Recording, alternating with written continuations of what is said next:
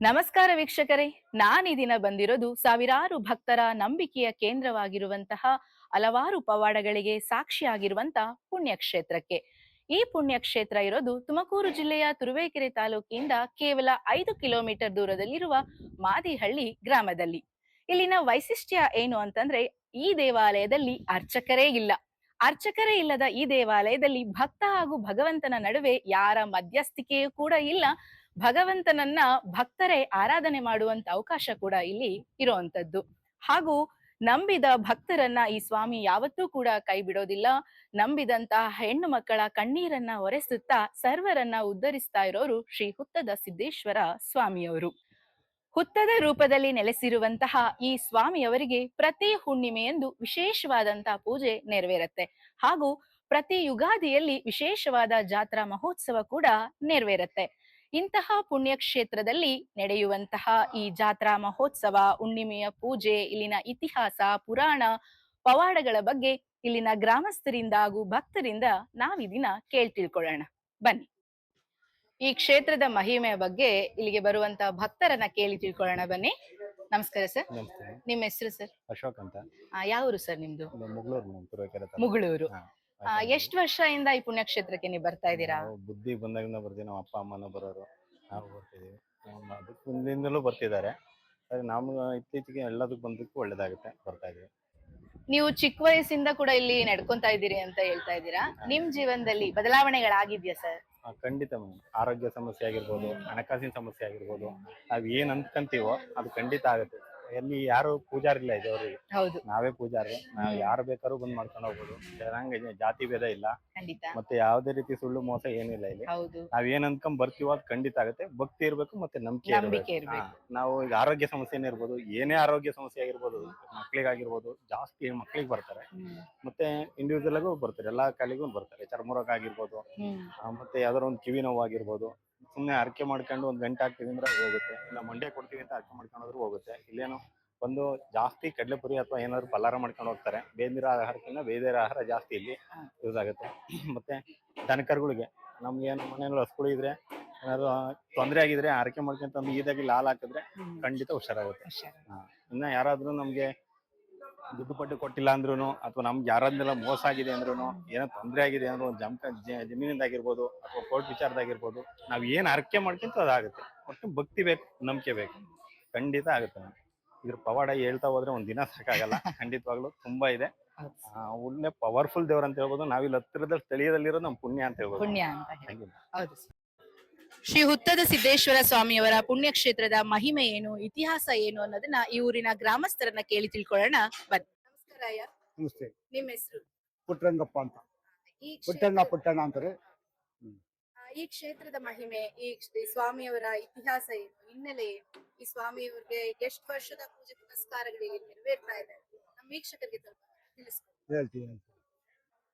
ಪುರಾತನ ಕಾಲದಿಂದ ಇದು ನಿಷಿದ್ಧವಾಗಿ ನಡೀತಾ ಇರ್ತಕ್ಕಂಥ ಒಂದು ಪುಣ್ಯ ಕ್ಷೇತ್ರ.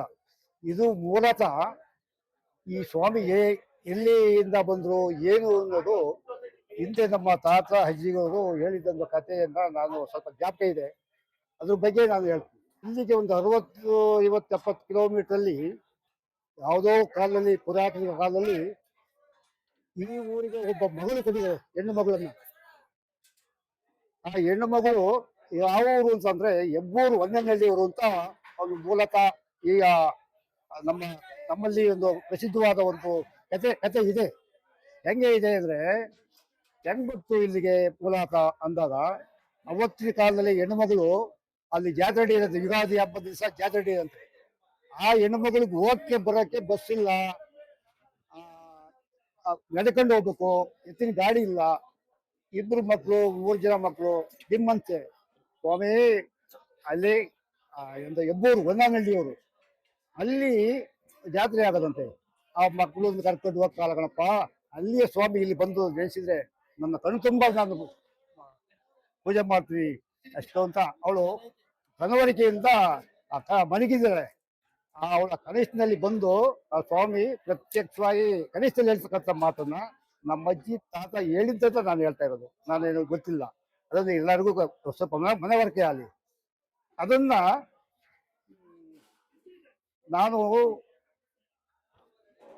ನಿಮ್ಮ ಊರಿಗೆ ಬಂದು ನಿನ್ನ ಪೂರ್ವ ದಿಕ್ಕಿನಲ್ಲಿ ನಾನು ನೆಲೆಸ್ತೀನಿ, ನೀನು ಅಲ್ಲೇ ಪೂಜೆ ಮಾಡು ಅನ್ನೋ ಮಾತಂದ ಕನಿಷ್ಠದಲ್ಲಿ ಹೇಳ್ದಂಗೆ ಆಯ್ತು ಅಂತ ಅವಳಿಗೆ. ನಾನು ಹೆಂಗಪ್ಪ ನೀನು ಬತ್ತೀಯಾ, ಇಲ್ಲಿ ಹೆಂಗಿದ್ದಿ, ಎಲ್ಲಿ ಹೆಂಗೆ ನೀನು ನಮ್ಮ ಪೂರ್ವ ದಿಕ್ಕಲ್ಲಿ ಬತ್ತೀಯಾ ಅಂತ ಕೇಳಿದಾಗ, ಅಂತ ಕನಿಷ್ಠಲ್ಲಿ ಕೇಳ್ದ ಅಂತ ಕಾಲದಲ್ಲಿ ನಾನು ಇದು ಪೂರ್ವ ದಿಕ್ಕಲ್ಲಿ ಬರ್ತೀನಿ, ಅಲ್ಲಿ ನೀನು ನಿಂದು ಸರಿ ಹಸು ಇದೆಯಲ್ಲ ಅದು ಬಿಡು, ಅದು ನನ್ನ ಇರೋ ಜಾಗ ಬಂದು ಹೌದು ಎಲ್ಲ ಗಿಡ ಬೆಳ್ಕೊಂಡಿದೆ, ಅದೇ ಜಾಗ ಊರು ಆ ಕಡೆ ಇದೆ, ಏನೋ ಆ ಕಡೆ ಇರೋಂಥ ಊರದ ಕಾಲದಲ್ಲಿ ಈ ಗಿಡದಲ್ಲಿ ಬಂದು ಸ್ವಾಮಿ ಉದ್ಭವವಾಗಿದ್ದಾರೆ, ಉದ್ಭವ ಆಗಿದೆ. ಅಲ್ಲಿ ಬಂದು ಹಸು ಬಂದಿದೆ, ಅಲ್ಲಿ ಬಂದು ನಿಂತುಕೊಂಡು ಹಾಲುಯಿಂದ ಆ ಹುತ್ತದ ಮೇಲೆ ಕರೀತಾ ಇದೆ. ಆ ತಾಯಿ ಮುಂದೆ ನನ್ನಪ್ಪ ಅಂತ ಹೇಳಿ ಆ ಪೂಜೆಯಿಂದ ಹೋದ್ಲಿಂದ ಆ ಹುತ್ತನ್ನೆಲ್ಲ ಕೆತ್ತಿ ಅದನ್ನೆಲ್ಲ ಅಲಂಕಾರ ಮಾಡಿ ಅವರ ಕುಟುಂಬದವರೆಲ್ಲ ಸೇರ್ಕೊಂಡು ಆನಂದವಾಗಿ ಅದನ್ನ ಪೂಜೆ ಮಾಡ್ಕೊಂಡು ಬಂದಿರ್ತಕ್ಕಂಥ ಮಾತು. ಯಾವತ್ತು ಯಾವುದೋ ಪುರಾತನ ಕಾಲ, ಅವತ್ತಿವತ್ತಿಂದ ವಯಸ್ಸನ್ನು ಹೇಳಕ್ ಬರಲ್ಲ. ಆವತ್ತಿನಿಂದ ಸುಮಾರವಾಗಿ ಒಂದು ಮಂಟಪ ಚಪ್ರ ಹಾಕಿ ಒಂದು ಅಂಟೆ ಇದು ಪೆಂಡಲ್ ಅಂದ್ರೆ ಹಸಿ ಗರಿಯಲ್ಲಿ ಯುಗಾದಿ ಹಬ್ಬದ ದಿವಸ ಅಲಂಕಾರ ಮಾಡಿಕೊಂಡು ಅವತ್ತಿನ ತಾತ ಮುತ್ತಾತಗಳು ನಡ್ಸ್ಕೊಂಡ್ ಬಂದಿದ್ದಾರೆ. ಇವತ್ತು ಕೂಡ ಅದೇ ತರ ಪ್ರಸಿದ್ಧವಾಗಿ ಎಲ್ಲಾ ಜನಗಳೆಲ್ಲ ಬಂದು ಸ್ವಾಮಿ ಬೇಡ್ಕೊಂಡು ಎಲ್ಲ ಬೇಡ್ಕೊಂಡಂತ ಕಾಲಕ್ಕೆ ಯಾವುದೇ ಒಂದು ಕಷ್ಟ ಸುಖವನ್ನ ಭಗವಂತ ಹಾರೈಸ್ತಾನೆ, ಒಳ್ಳೇದ್ ಮಾಡ್ತಾನೆ. ಮಕ್ಕಳು ಮರಿ ಸಂತಾನ ಇಲ್ಲ ಅಂದರಿಗೂ ಆನಂದವಾಗಿ ಅವರಿಗೆ ಆನಂದ ಕೊಡ್ತಾನೆ. ಯಾವುದೇ ಒಂದು ಕಿವಿಯಲ್ಲಿ ನೋಡ್ಸಿರ್ತದೆ, ಸಲೆ ಗಂಟಾಗುತ್ತೆ ಅಂತ ಪ್ರಾರ್ಥನೆ ಮಾಡ್ಕೊಂಡು ಹೋದ್ರೆ 6 ತಿಂಗಳೊಳಗೆ ಭಗವಂತ ಅವ್ರಿಗೆ ಆಶೀರ್ವಾದ ಮಾಡಿ ಒಳ್ಳೆ ಆನಂದ ಮಾಡಿ, ಮಕ್ಕಳಿಲ್ಲ ಅಂದರಿಗೆ ಇದನ್ನ ಆಶೀರ್ವಾದ ಮಾಡಿ 1 ವರ್ಷದ ತುಂಬಿದೊಳಗಾಗಿ ಬಂದು ಅವ್ರ ಮಕ್ಕಳು ಮರಿ ಬಂದು ಇಲ್ಲಿ ನಾಮಕರಣ ಮಾಡಿಕೊಂಡು ಈಗಲೂ ತುಂಬಾ ಜನ ಬರ್ತದೆ. ಇಡೀ ಸುತ್ತಲಳ್ಳಿ ಜನ, ಇಲ್ಲಿ ಒಂದು 50 ಹಳ್ಳಿ ಜನ ಹೊರು ಹಾಕಿದ್ರೆ ಅಲ್ಲಿ ಹಾಲು ಬಿಡ್ಬೇಕು. ಮೊದಲನೇ ಹಾಲನ್ನ ಉದ್ದಕ್ಕೆ ಬಿಟ್ಟು ಹಣ್ಣು ಕಾಯಿ ಕಟುಪರ ಹಚ್ಚಿ ಕೈ ಮುಕ್ಕೊಂಡು ಹೋಗ್ತಾರೆ. ಅದನ್ನೆಲ್ಲ ಇವತ್ತು ಕೂಡ ನಡ್ಕೊಂಡು ಹೋಗ್ತಾ ಇದೆ. ಇಡೀ ಸುತ್ತಳ್ಳಿ ಕೂಡ ಈ ತರ ಜಾತ್ರೆ ಮಾಡುವಾಗ ಯುಗಾದಿ ಹಬ್ಬದಲ್ಲಿ ಹಣ್ಣು ಮರ ಸಾಲದು. ನಮ್ಮಲ್ಲಿಗೆ ಸಂತೋಷ, ಈ ಮಾದಿಹಳ್ಳಿಯಲ್ಲಿ ಭಗವಂತ ನೆಲೆಸಿರದೆ ನಮ್ಮ ಪುಣ್ಯ, ಅದರಲ್ಲಿ ನಾವು ಕೂಡ ಧನ್ಯರು ಅಂತ ಹೇಳ್ತಾ ಇನ್ನು ಕೆಲವರು ಮಾತಾಡ್ತಾರೆ. ಈ ಕ್ಷೇತ್ರದ ದೇವಾಲಯದಲ್ಲಿ ಅರ್ಚಕರೇ ಇಲ್ಲ ಅಂತ ಹೇಳ್ತಾರೆ, ಅಂದ್ರೆ ಇಲ್ಲಿ ಭಕ್ತರೇ ಪೂಜೆಗಳನ್ನ ನೆರವೇರಿಸ್ಕೊಂಡು ಹೋಗ್ತಾರೆ ಅಂತ. ಇದ್ರ ವಿಶೇಷತೆ ಏನು? ಹೌದು, ಈಗ ಇದುವರೆಗೂ ನಮ್ಮ ಗ್ರಾಮದ ಹಿರಿಯರಾದಂತ ಪುಟ್ಟರಂಗಪ್ಪನವರು ದೇವರ ಮೂಲ ಏನು ಅನ್ನೋದ ತಿಳಿಸಿರು. ಅದು ಇಲ್ಲಿ ಪ್ರತಿನಿತ್ಯ ಆಗು ಹೋಗೋ ಬಗ್ಗೆ ನಾನು ತಿಳಿಸ್ತೀನಿ. ಈ ಒಂದು ನಮ್ಮ ದೇವರಿಗೆ ಜಾತಿ ಮತ ಭೇದ ಯಾವುದೂ ಇಲ್ಲ. ಎಲ್ಲ ಭಕ್ತಾದಿರು, ಎಲ್ಲ ಜಾತಿಯವರು, ಹೆಚ್ಚಿನ ಮುಸ್ಲಿಮ್ಸರು ಸಹ ಇಲ್ಲಿ ಬಂದು ಪೂಜೆ ಮಾಡಿಕೊಂಡು ಮುಡಿ ಕೊಟ್ಕೊಂಡು ಹೋಯ್ತಾರೆ. ಇಲ್ಲಿ ಅರ್ಚಕರಿಲ್ಲ, ಬಂದಂತಹ ಭಕ್ತಾದಿಗಳೇ ಅರ್ಚಕರು. ಅವ್ರು ಯಾವುದೇ ಅಹಿತಕರ ಘಟನೆ ನಡೆದ ರೀತಿಯಲ್ಲಿ ಒಳ್ಳೆ ರೀತಿಯಲ್ಲಿ ಪೂಜೆ ಮಾಡ್ಕೊಂಡು ಹೋಗೋದು. ಇಲ್ಲಿ ಯಾವುದೇ ಶುಲ್ಕವನ್ನು ನಾವು ಅವ್ರಿಗೆ ಯಾವುದು ಇಲ್ಲಿ ಇಂಥದಕ್ಕೆ ಇಷ್ಟು ಹಣ ಕೊಡಬೇಕು ಅಂತ ಏನಿಲ್ಲ. ಅವರು ಬಡವರಾಗಲಿ ಶ್ರೀಮಂತಾಗಲಿ ಅವರು ಉಂಡಿಗೆ ಕಾಸು ಹಾಕಿರು ಸಂತೋಷ, ಆಗ್ತಿರೋ ಸಂತೋಷ. ದೇವ್ರು ಎಲ್ಲರಿಗೂ ಒಳ್ಳೇದು ಮಾಡ್ಕೊಂಡು ಹೋಗಿದ್ದಾನೆ. ಮತ್ತೆ ಇಲ್ಲಿ ಪ್ರತಿ ವರ್ಷ ನಾವು ಮಕರ ಸಂಕ್ರಾಂತಿಲಿ ಮಾಲಾ ಕಾರ್ಯಕ್ರಮ ನಡೆಯುತ್ತೆ. ಸುಮಾರು 200ರಿಂದ 300 ಜನ ಸುತ್ತಳ್ಳಿ ಗ್ರಾಮಸ್ಥರ ಯುವಕರೆಲ್ಲ ಬಂದು ಇಲ್ಲಿ ಮಾಲಾಧಾರಿಗಳಾಗಿ ಕಾರ್ಯಕ್ರಮವನ್ನ ನಡೀತಾರೆ. ಮತ್ತು ಯುಗಾದಿ ಹಬ್ಬದ ದಿನ ದೊಡ್ಡ ಜಾತ್ರೆ ಸುಮಾರು 40ರಿಂದ 50 ಸಾವಿರ ಜನ ಭಕ್ತಾದಿಗಳು ಬಂದು ಹೋಗ್ತಾರೆ. ಆ ದಿನ ನಾವು ಸುಮಾರು ಒಂದು 7ರಿಂದ 8 ಕ್ವಿಂಟಾಲ್ ಕಡಲೆಬೇಳೆ ಪ್ರಸಾದ, ಮತ್ತೆ 4ರಿಂದ 5 ಕ್ವಿಂಟಾಲ್ ಬೆಲ್ಲದ ಪಾನಕ ಮಾಡಿ ಎಲ್ಲ ಜನಕ್ಕೆ ಖಾಲಿ ಆಯ್ತು. ಎಷ್ಟು ಮಾಡಿದ್ರು ಕೊನೆಗೆ ಸಾಯ್ಟೇಜ್ ಅನ್ನೋ ರೀತಿಲಿ ಆ ಒಂದು ಕಾರ್ಯಕ್ರಮ ನಡೀತಾ ಐತೆ. ಮತ್ತೆ ಇಲ್ಲಿ ಎಲ್ಲ ಪ್ರತಿ ವರ್ಷ ಪ್ರತಿದಿನ ಬಂದು ಮುಡಿಯನ್ನ ಕೊಟ್ಕೊಂಡು ಹೋಗ್ತಾರೆ. ಪ್ರತಿ ತಿಂಗಳು ಇಲ್ಲಿ ಹುಣ್ಣಿಮೆ ಪೌರ್ಣಮಿ ದಿನ ಹುಣ್ಣಿಮೆ ಕಾರ್ಯಕ್ರಮ ಭಕ್ತಾದಿಗಳು ಬಂದು ನಡೆಸ್ಕೊಂಡು ಬಂದಂತ ಭಕ್ತಾದಿಗಳಿಗೆ ಅನ್ನದಾಸೋಹ ಕಾರ್ಯಕ್ರಮ ನಡೀತಾ ಇದೆ. ಇವತ್ತು ಸಹ ನಮ್ಮ ಗ್ರಾಮದವರ ಶ್ರೀನಪ್ಪ ಮತ್ತು ಕುಟುಂಬದವರು ಈ ಒಂದು ಕಾರ್ಯಕ್ರಮವನ್ನು ಮಾಡಿದ್ದಾರೆ. ಸುಮಾರು ಹೆಚ್ಚಿನ ರೀತಿಯಲ್ಲಿ ಭಕ್ತಾದಿಗಳು ಬಂದು ಇವತ್ತ ಇಲ್ಲಿ ಊಟದ ವ್ಯವಸ್ಥೆಯನ್ನ ಮಾಡ್ಕೊಂಡು ಹೋಗ್ತಾ ಇದ್ದಾರೆ. ಬಂದೆಲ್ಲ ನಾವು ಯಾರಿಗೂ ಯಾವುದೇ ನೀವು ಇಂಥದಕ್ಕೆ ಇಷ್ಟು ದುಡ್ಡು ಕೊಡ್ಬೇಕು ಅಂತ ಯಾವ ಟ್ಯಾಕ್ಸ್ ಏನು ನಾವು ಮಾಡ್ತಾ ಇಲ್ಲ. ಇಂತಹ ಒಂದು ಅವಕಾಶಗಳನ್ನ ಈ ಒಂದು ಸನ್ನಿಧಿಯಲ್ಲೇ ಅಂತ ನಾವು ಹೇಳ್ಬೋದು. ಈ ಸ್ವಾಮಿಯವರ ಕ್ಷೇತ್ರದಲ್ಲಿ 4 ಗೋಡೆಗಳ ದೇವಸ್ಥಾನ ಇಲ್ಲ. ನಾವೀಗ ಗಮನಿಸ್ತಾ ಇರೋಂಗೆ ಓಪನ್ ಆಗಿರತ್ತೆ ಯಾವಾಗ್ಲೂ. ಯಾವಾಗ ಯಾವ ಭಕ್ತರು ಬಂದು ಬೇಕಾದ್ರೆ ಇಲ್ಲಿ ದರ್ಶನವನ್ನ ಪಡ್ಕೊಂಡು ಹೋಗ್ಬೋದು. ಈ ರೀತಿ ದೇವಸ್ಥಾನವನ್ನ ಕಟ್ಟಿರೋದ್ರ ವಿಶೇಷತೆ ಏನು? ಈ ದೇವಸ್ಥಾನದ ವಿಶೇಷತೆ ಅಂದ್ರೆ ಹಿಂದೆ ನಮ್ಮ ಪೂರ್ವಜರು ಏನ್ ಮಾಡ್ತಾ ಇದ್ರು ಅಂತ ಅಂದ್ರೆ, ಈ ದೇವಸ್ಥಾನದಲ್ಲಿ ಅರ್ಚಕರಿಲ್ಲ, ಭಕ್ತರೇ ಪೂಜಾರರು. ಜೊತೆಗೆ ದೇವರಿಗೆ ಮಳೆಯಲ್ಲಿ ನೆನಿಬೇಕು, ಬಿಸಿಲಲ್ಲಿ ಒಣಗಬೇಕು, ಅದೇ ಆನಂದ. ಹಿಂದೆ ನಮ್ಮ ಹಿರಿಯವರು ಹೇಳ್ಕೊಂಬತ್ತಿದ ರೀತಿ ನಾವು ಕೂಡ ಅದೇ ರೀತಿ ಹೋಗ್ತಾ ಇದೀವಿ. ಇವತ್ತು ಕೂಡ ಮಳೆ ಬಿದ್ರೆ ನೀರ್ ಬೀಳೋ ತರನೇ ಇದೆ, ಬಿಸಿಲು ಕೂಡ ದೇವ್ರಿಗೆ ಬೀಳುತ್ತೆ. ಆ ತರ ಒಂದು ಮಂಟಪ ಮಾಡಿದ್ದಾರೆ. ಆ ಭಕ್ತರಿಗೋಸ್ಕರ ಮಂಟಪ ಮಾಡಿರೋಂತ ದೇವಸ್ಥಾನ.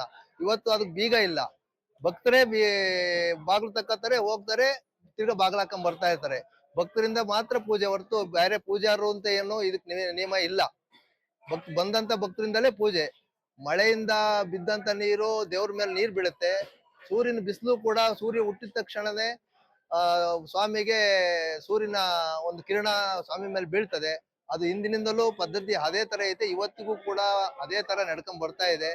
ಇನ್ನು ಮುಂದೆ ಈ ಪೌರ್ಣಮಿ ಈಗಾಗಲೇ 15 ವರ್ಷದಿಂದಲೂ ಕೂಡ ಪೌರ್ಣಮಿ ಪೂಜೆನ ನಿರಂತರವಾಗಿ ಜನಕ್ಕೆ ದಾಸೋಹ ಮತ್ತೆ ಫಲಹಾರ ಎರಡೂನು ಕೂಡ ಒಟ್ಟೊಟ್ಟಿಗೆ ಭಕ್ತರಿಗೆ ನಡ್ಕೊಂಡ್ ಬರ್ತಾ ಇದೆ. ಯಾವುದೇ ಅವ್ರವ್ರ ಇಷ್ಟ ಬಂದು ಇನ್ನು 1 ತಿಂಗಳು 2 ತಿಂಗಳು ಮುಂಚೆನೆ ಅಡ್ವಾನ್ಸ್ ಮಾಡಿ ಅವರೇ ಬಂದು ಎಲ್ಲಾ ಮಾಡ್ಕೊಂಡು ಹೋಗ್ತಾ ಇರ್ತಾರೆ.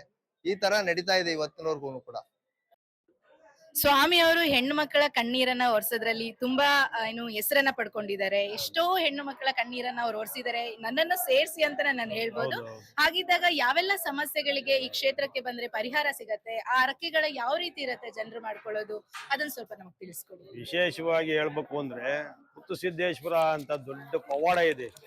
ಯಾರು ನಂಬಿರ್ತಾನೆ ಅಂತ ಜನರಿಗೆ ತುಂಬಾ ಒಳ್ಳೇದಾಗಿದೆ. ಮಕ್ಕಳು ಇಲ್ದರಿಗೆ ಮಕ್ಕಳು ಆಗಿದೆ, ಕೆಲವರಿಗೆಲ್ಲ ಮದುವೆ ಇಲ್ಲ ಅನ್ನ ಹರಕೆ ಹೊತ್ಕೊಂಡಿದ್ದರಿಗೆಲ್ಲ ಮದುವೆ ಆಗಿದೆ. ವಿಶೇಷವಾಗಿ ಅರ್ಚಕರು ಇರಲ್ಲ, ಅವ್ರು ಯಾರು ಬಂದು ಪೂಜೆ ಮಾಡ್ಕೊಂಡು ಹೋಯ್ತಾರೆ ಅವ್ರಿಗೆ ಒಳ್ಳೇದಾಗಿದೆ. ಈ ನಂಬಿದರನ್ನ ಯಾವತ್ತೂ ಈ ಸಿದ್ದೇಶ್ವರ ಸ್ವಾಮಿ ಯಾರಿಗೂ ಕೈ ಬಿಟ್ಟಿಲ್ಲ. ಆ ನಂಬಿದರ ಹರಕೆ ಬಂದು ಅವರೇ ಮುಡಿ ಕೊಡೋದು, ಪಲ್ಲಾರ ಅಂದ್ರೆ ಬೇಳೆ ಪಲಾರ ಏನಾರ ಮಾಡಿ ಅವ್ರು ಪಲಾರ ಕೊಡೋದು. ವಿಶೇಷವಾಗಿ ಏನ್ ಇದೇ ಮಾಡ್ಬೇಕು, ಇದೇ ಅರಿಕೆ ಕೊಡ್ಬೇಕು ಅಂತ ಆ ಭಗವಂತನಿಗೆ ಏನಿಲ್ಲ. ಯಾರು ಈ ನಂಬಿ ಬಂದಿದ್ದರಿಗೆ ವಿಶೇಷವಾಗಿ ಅವ್ರಿಗೆ ಸ್ವಲ್ಪ ದಿವಸದಲ್ಲೇ ಗುಣ ಆಗಿ ಬಂದಿದ್ದಾರೆ. ಹೆಣ್ಮಕ್ಳು ವಿಶೇಷವಾಗಿ ಪ್ರಾರ್ಥನೆ ಮಾಡ್ಕತಾರೆ, ಒಂದು ಮುಡಿ ಕೊಡೋದು, ಮಕ್ಳಿಗೆ ಏನಾರ ಇದಾದ್ರೆ ಅರಿಕೆ ಹೊತ್ಕೊಳೋದು ಅಂತವೆಲ್ಲ ಯಾವತ್ತೂ ನಂಬಿದವ್ರನ್ನ ಯಾವತ್ತೂ ಕೈ ಬಿಟ್ಟಿಲ್ಲ ಈ ಭಗವಂತ. ತುಂಬಾ ಪವಾಡ ಇದೆ, ಅದು ನಂಬಿದವರಿಗೆ ಗೊತ್ತಿರುತ್ತೆ. ನೋಡಿದ್ರಲ್ಲ ವೀಕ್ಷಕರೇ, ಇಲ್ಲಿ ತನಕ ಸ್ವಾಮಿಯವರು ನಂಬಿದ ಭಕ್ತರನ್ನ ಹೇಗೆಲ್ಲ ಉದ್ಧರಿಸ್ತಾರೆ, ಅವರ ಪವಾಡಗಳೇನು ಹಾಗೂ ನೈಜವಾಗಿರುವಂತ ಇವರ ಈ ಭಕ್ತಿಯ ಮಹಿಮೆ ಏನು ಅನ್ನೋದನ್ನ ಈ ಊರಿನ ಎಲ್ಲ ಗ್ರಾಮಸ್ಥರು ನಮ್ ಜೊತೆಗೆ ಹಂಚ್ಕೊಂಡಿದ್ದಾರೆ. ಯಾವುದೇ ಆಡಂಬರ ಇಲ್ಲದ ಹರಕೆಗಳಿಗೆ ಒಲಿಯುವಂತವನು ಶ್ರೀ ಹುತ್ತ ಸಿದ್ದೇಶ್ವರ ಸ್ವಾಮಿ ಅನ್ನೋದನ್ನ ಇಲ್ಲಿ ತನಕ ನಾವು ಇವರ ಮಾತುಗಳ ಮುಖಾಂತರ ತಿಳ್ಕೊಂಡಿದೀವಿ. ಇನ್ನು ಹೆಚ್ಚಿನ ಮಾಹಿತಿಗಾಗಿ ನಮ್ಮ ಈ ಜೀವ ಕನ್ನಡ ಯೂಟ್ಯೂಬ್ ಚಾನಲ್ಗೆ ಸಬ್ಸ್ಕ್ರೈಬ್ ಆಗಿ, ವಿಸಿಟ್ ಮಾಡಿ, ಹಾಗೂ ಈ ಕ್ಷೇತ್ರದ ಮಹಿಮೆಯನ್ನ ತಿಳಿದು ಈ ಕ್ಷೇತ್ರಕ್ಕೆ ಹೆಚ್ಚಾಗಿ ಭೇಟಿಯನ್ನ ಕೊಟ್ಟು ಸ್ವಾಮಿಯರ ಕೃಪೆಗೆ ಪಾತ್ರರಾಗಿ ಅಂತ ಈ ಮೂಲಕ ನಾವು ವಿನಂತಿಸ್ಕೊಳ್ತಾ ಇದ್ದೀವಿ. ಧನ್ಯವಾದ.